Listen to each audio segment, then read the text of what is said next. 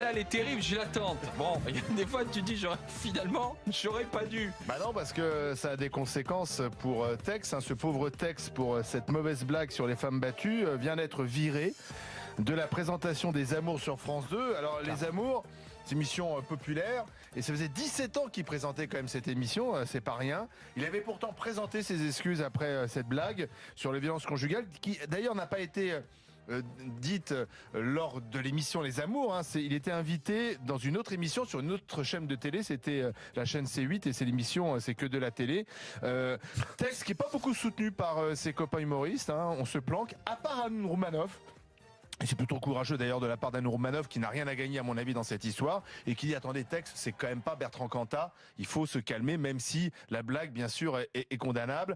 Mais la société de production Sony a annoncé à l'animateur que c'était terminé, parce que il y a une éthique à respecter à France 2, la clause d'éthique du contrat, qu'il est la production diffuseur. France 2 et les services publics sont clairement engagés à défendre la cause des femmes et ne pas accepter que des propos insultants et déplacés soient prononcés par ces animateurs. Et là, on voit bien que le dossier est en train de se préparer pour justifier le licenciement, puisque visiblement, selon la production, le public aurait manifesté très clairement son mécontentement depuis plusieurs mois face à certaines des déclarations de Tex à l'antenne. Voilà, c'était la goutte d'eau. Et donc Tex est viré. Est-ce que c'est trop? Est-ce que c'est excessif? Moi, je pense qu'il y a quand même un principe de liberté d'expression qui doit survivre à la vague de puritanisme effrayante que nous connaissons en France et dans les pays anglo-saxons depuis quelques mois.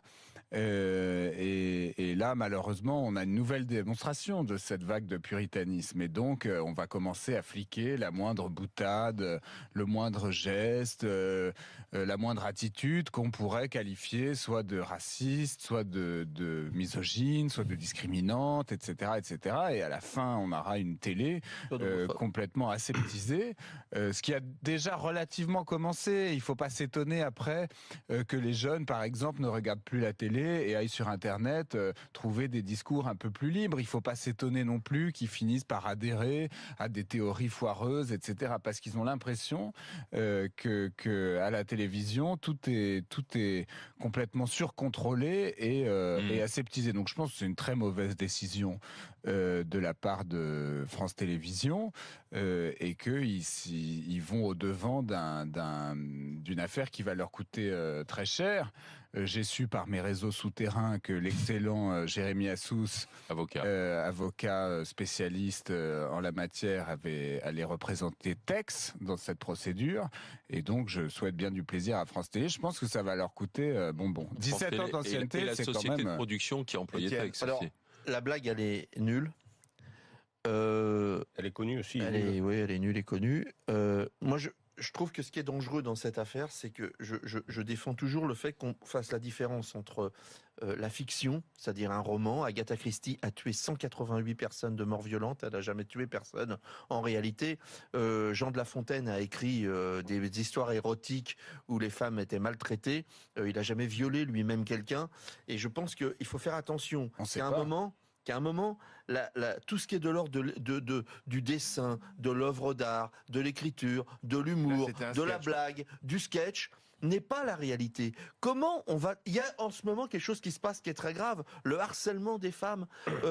Tous les jours, on entend, en particulier dans le monde des médias, des hommes qui sont accusés souvent très tard par rapport aux actes de harcèlement, avec là des vraies attitudes de harceleurs qui ont traumatisé des femmes. Et eux ont été plutôt protégés. Et qui ont été plutôt protégés. Et là, par la direction.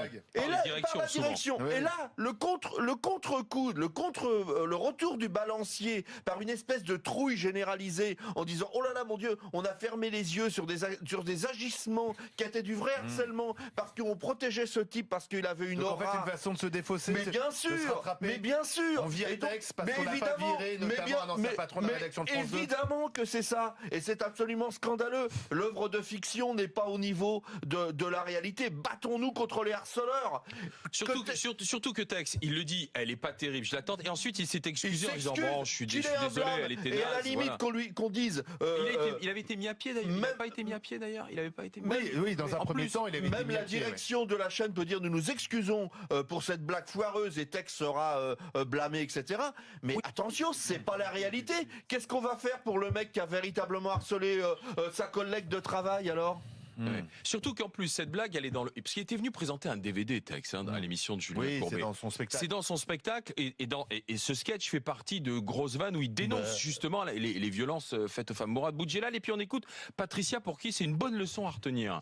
Moi je suis d'accord avec ce que je viens d'entendre. Je pense que Tex pour moi c'est une sorte de Bigger Light, pas très fin, mais à mon avis. On n'a pas grand-chose à lui reprocher, quoi. Il sort une blague qui est pas très bonne dans un contexte. Alors, par exemple, Coluche avait dit j'ai acheté une maison en Guadeloupe, je crois, parce qu'il y a moins de Noirs qu'à Paris.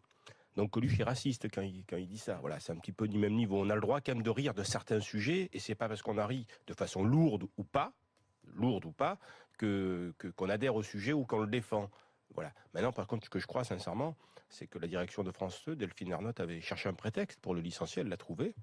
Je pense qu'elle n'aurait pas licencié si elle avait dû provisionner sur son argent personnel le coût de licenciement de Tex, mais là c'est sur de l'argent public, donc ça la dérange pas trop. C'est son licenciement à elle et c'est d'autres qui paieront.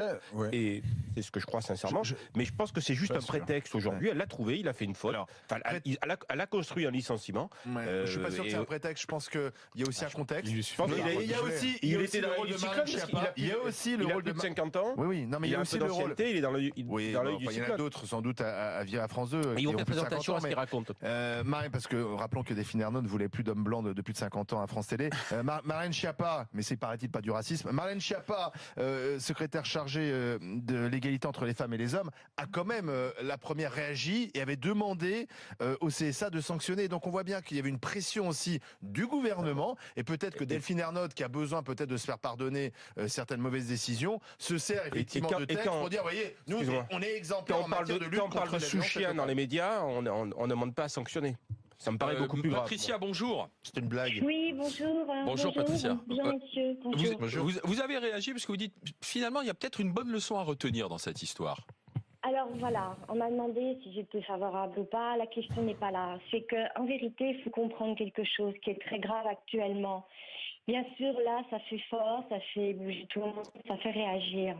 Mais moi, je vais vous dire, il faut être conscient que c'est très grave ce qui se passe.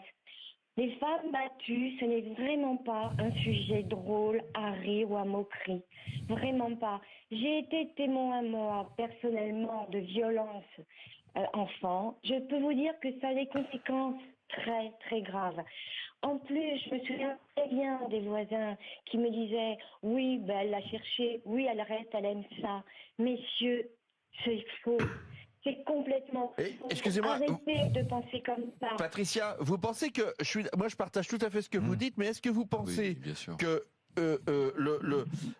une blague comme ça, de très mauvais goût, peut finalement a un côté comme si c'était ça dédouanait un petit peu l'homme violent vis-à-vis d'une femme. Vous avez l'impression? Quelque part, ça veut dire, bon, on lui a dit une fois, on lui a dit deux fois, ben maintenant je lui tape dessus, c'est normal puisqu'elle n'a pas compris. Vous vous rendez compte? Oui, non, mais on est tous d'accord de penser que c'est horrible. C'est une blague qui est parasitée sur le concept de la blonde qui comprend rien, et voilà, c'est dans un contexte humoristique, c'est pas lié à tout ce que vous racontez. On a créé un personnage à travers la femme et la blonde, il y a un peu contribué, la femme qui comprend rien et qui passe à côté, mais c'est pas très... Ce que dit Patricia, c'est quand même pas ça. Messieurs, la femme battue, c'est réel. Mais personne ne vous a dit que c'est pas réel, je veux dire, on en a tous été témoins, personne ne dit que c'est pas réel. C'est pas parce qu'il y a des situations terribles qu'on peut pas faire des blagues dessus. L'humour, je sais plus qui disait, c'est la politesse du désespoir. Il faut pouvoir rigoler de tout, y compris de ce qui est le plus horrible, parce que sinon on va faire une société qui va être complètement plombante et qui va être plombée par ce climat-là. On n'osera plus faire des plaisanteries, on fera que des plaisanteries autorisées. Alors je me demande ce qui va rester comme humour si on fait que des blagues qui conviennent à Marlène Schiappa et au CSA. Patricia, pourtant il est très drôle. J'ai pas observé que c'était le Cirque Bouglione, le CSA. Patricia, Tex s'était excusé en disant je suis navré si j'ai pu blesser, et qui peut imaginer qu'il ait été pour la violence faite aux femmes. Bien sûr. Personne. Donc, est-ce que les excuses ne suffisaient pas? Est-ce que ça mérite sanction? Parce que c'est ça la question. Ça mérite d'être viré. Ce qu'il faudrait, c'est que les gens actuellement qui sont à l'antenne, tous les animateurs, fassent quand même attention à ce qu'ils disent sur certains ça, c'est sûr que sujets. maintenant tout le monde va faire attention. Oui, là, mais Après, on peut rire de certains sujets, mais franchement... ah non, mais on peut plus rire de certains sujets. Et sincèrement, je pense Le plus grave, je pense qu'on a beaucoup reculé là-dessus. Ou alors on va faire une société où finalement chacun pourra rire de son créneau. C'est-à-dire que les Noirs pourront rire des Noirs, les Arabes pourront rire des Noirs, les Blancs pourront rire des Blancs, les femmes pourront rire des femmes, C'est ce qui se passe les déjà. gros pourront rire des gros, les mecs pourront rire des maigres. C'est un peu ce qui se passe aux États-Unis. Ils me regardent, Effectivement, les gros tu disais, non mais tu disais le puritanisme, ça vient quand même, on s'américanise Ah, mais on y est en beaucoup. train de- on y va Il y tout a droit, un hein. gros moral qui s'impose. Bien sûr. Est-ce que c'est la société dans laquelle on veut vivre? Bah, Je c'est sais pas. normal. le plus grave, c'est quand même la salle qui rigole à cette blague. Mais ils auraient dû être licenciés. Mais ils sont payés pour rire. Françoise, bonjour. Bonjour les grandes gueules. Bonjour. Est-ce que ça méritait éviction, renvoi? Bah, bien sûr que non. Bien sûr que non. Bah, moi, je pense une chose. On est devenu dans un pays complètement fou, ou dans une société, on va dire, dans une société complètement folle. Si aujourd'hui, alors moi j'ai 70 ans quand même, hein, mais si aujourd'hui on doit faire attention à ce qu'on dit par rapport aux hommes, par rapport aux femmes, par rapport au travail, par rapport à la politique, par rapport à l'administration, par rapport à la religion, mais où on va? On va être dans une société complètement phagocytée et on ne pourra plus rien dire. On ne pourra plus rien dire. Surtout parce sous qu'on forme aura d'humour. derrière la Ouais, tête. surtout sur femme d'humour. Mais bien sûr. Alors, Surtout, moi, c'est je un sketch, pense encore une que fois. Hein. C'est une blague. mais bien sûr, mais moi je pense que c'est une façon inélégante de le virer après 17 ans. Et je pense à ça bien. Et je voudrais qu'on arrête à un moment donné de aller chercher toutes les petites choses pour en faire une montagne après. Et sous prétexte de virer les gens parce que... Mais vous il faudrait qu'on connaissiez, arrive à- Françoise, cet humoriste et cette émission qu'il présentait depuis si longtemps? Mais bien sûr, alors je connais l'humoriste. J'ai eu l'occasion de participer sur France 2 aux Amours. Alors, D'accord, vous y avez été, d'accord. Ouais. mon Dieu que des blagues il en fait. Mon Dieu que des blagues Et on c'est en son fait boulot. entre- Oui, Mon Dieu qu'avait les techniciens, c'est son boulot. Et pendant C'est un 17 ans, garçon disais-le, extrêmement je gênais Et puis personne. excusez-moi, mais ça fait partie du personnage qu'il a créé. Il a créé un personnage qui est une sorte de gros macho et il est obligé de l'accompagner des quelques vannes qui vont pour accompagner son Peut-être que personnage. son personnage est ringard. Mais bien Hein, entendu. ça, le Oui, monde a oui, évolué, mais en tout cas, hein, c'est le personnage qu'il a Oui, mais créé il qui veut pas être viré fonctionne. pour un gars. Oui, mais Voilà. voilà. Mais dans ces cas-là, tu ne peux pas virer un humoriste parce qu'il fait de l'humour, non, mais même s'il n'est pas bon. mais Donc, je suis d'accord, mais si tu c'est- estimes que l'émission n'est plus bonne, c'est n'est ça. plus à la Je pense, page, je pense que son avocat a toutes les chances de c'est gagner. juste un Tu procèdes. constat Ouais. c'est juste un constat que ce qui pouvait faire rire il y a 10 ans ne fait plus rire. La blague qu'on a entendue hier, je suis sûr que dans les blagues de Philippe Bouvard là, du théâtre de Bouvard il y a je sais pas combien d'années, c'était tous les jours qu'il y avait des blagues de ce niveau-là. Il faut bien voir que d'une façon générale, à part aux grandes gueules, il n'y a plus de pluralisme idéologique, humoristique, etc. dans les médias. On voit toujours les mêmes têtes qui disent les mêmes choses, Finkielkraut. qui sont des espèces. Et à part certaines exceptions, mais de plus en plus Finkielkraut étant pas humoriste, de apparemment. plus en plus Non. Ah, si, contestées. si, il est humoriste. À Finkielkraut. part certaines exceptions de plus en plus contestées comme Finkielkraut, et encore Finkielkraut, il n'est pas si subversif que ça en réalité. Non, Moi, je me personne souviens, n'est subversif. je me souviens par exemple de cette émission que j'adorais, Ce soir ou jamais, qui était diffusée quotidiennement sur France 3. Présenté par Tadei. Présenté par Frédéric Tadei et qui était vraiment une espèce d'agora citoyenne où des intellectuels, des hommes Qu'est-ce qui politiques, s'est pris dans des la poire, avocats, etc., des écrivains, discutaient des choses de la vie de la cité.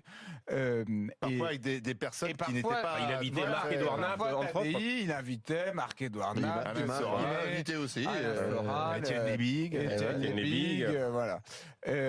Et finalement, Il pourrait plus le faire aujourd'hui. il a été estimé que cette émission était bien trop subversive et donc elle a été Supprimé.